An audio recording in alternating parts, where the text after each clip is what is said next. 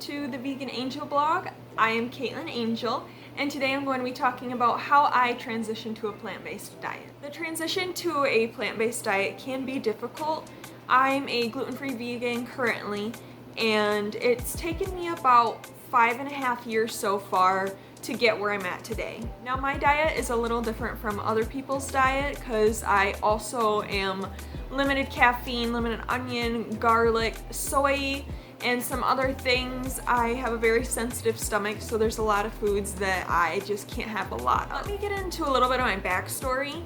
When I first went vegetarian, I was just entering high school, and the only thing that really kept me vegetarian was, at first at least, was our teacher asked us to write something down about ourselves. And I wrote down I was a vegetarian. At that time, I had only been vegetarian for 3 weeks, so I didn't want everyone to think I was lying. So the whole school year I went vegetarian, and it just stuck with me. I then watched some documentaries about, you know, the truth about some factory farming and places like that, and that's what really decided my decision for me. Now, I grew up on a small farm in the middle of basically nowhere. It was just a small little town in the middle of nowhere, and I remember my dad trying to cook my favorite meat at the time, which was deep fried chicken legs, and every time he'd cook it, I'd come back and I would give up vegetarianism. I think it took me at least 5 tries to actually stick with it. And once I actually stuck with it, everyone was surprised because they weren't able to convince me to come back. I was very uneducated about being a vegetarian. I didn't know that broth, gelatin, anything like that was actually not vegetarian. So when I went vegetarian, it wasn't until about 2 years in that I was actually vegetarian. I was just plant-based before that, and about 2 years into my vegetarianism, I became fully vegetarian and not just plant-based. Part of this was because my husband, who was my boyfriend at the time, educated me on what a vegetarian actually was, what were animal products that I didn't want to consume, and some stuff like that. My husband was definitely a thing that pushed me more to be vegan. I had thought about being vegan for about a year before I actually made the decision, and he just said, go for it, why not? You're already, you're allergic to dairy, and you can't eat eggs really, so what's really stopping you? And honestly, at that point, I was still making accidents. I would eat something with whey in it, or I would eat something with gelatin in it still. There was just things like barbecue. Why is there anchovies in some barbecue? There's still things even 3 years into my veganism that I mess up on, like barbecue or stuff I eat at a family event that they say is vegan, and then they're like, oh, are eggs vegan? And you're like, no, they're not. Which, it's fine to make mistakes. I'm human. If you make mistakes, it's fine. I'm not gonna beat myself up for it. At the beginning of my plant-based journey, I wasn't educated enough about nutrition and all the things I needed in my diet. I can now say I get about 80% of my recommended daily nutrition every day. I still struggle sometimes. Sometimes I only get like 60%, and other times I'll get 92%. I use an app on my phone to track my nutrition, and now that I'm vegan, I am so much more healthy. I eat way more healthy foods.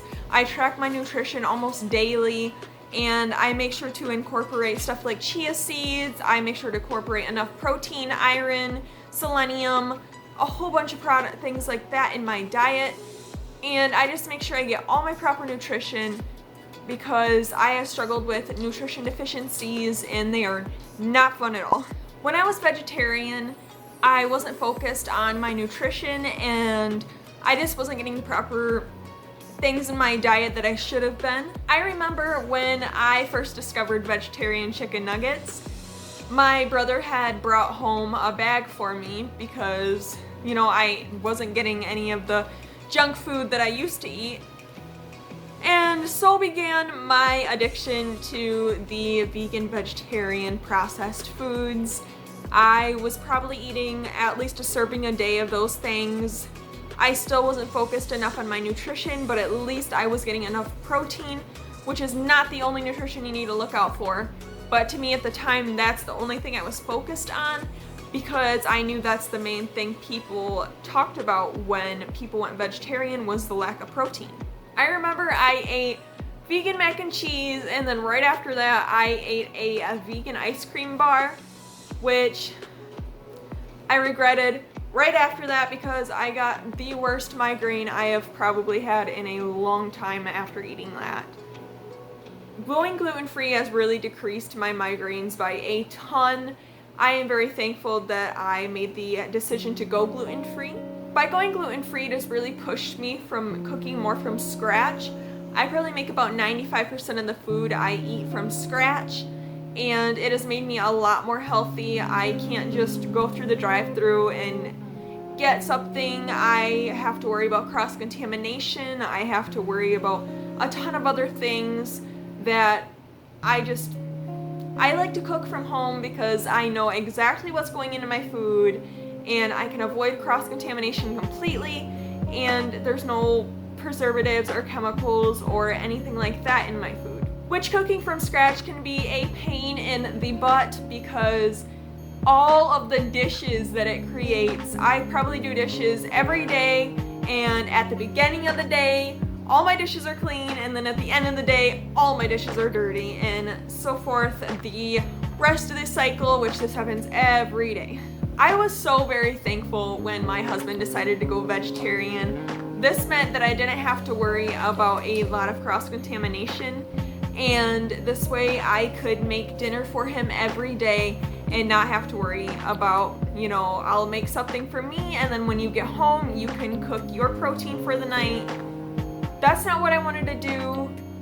So now he comes home, I have dinner ready for him most days, and we just don't have to worry about all the extra struggle, all the extra purchases that we had to make when there was 2 diets in the household, and it's just so much easier right now for us. Now, dates have gotten a little complicated because we have to find something that's vegan and gluten-free and who are conscious about their cross-contamination.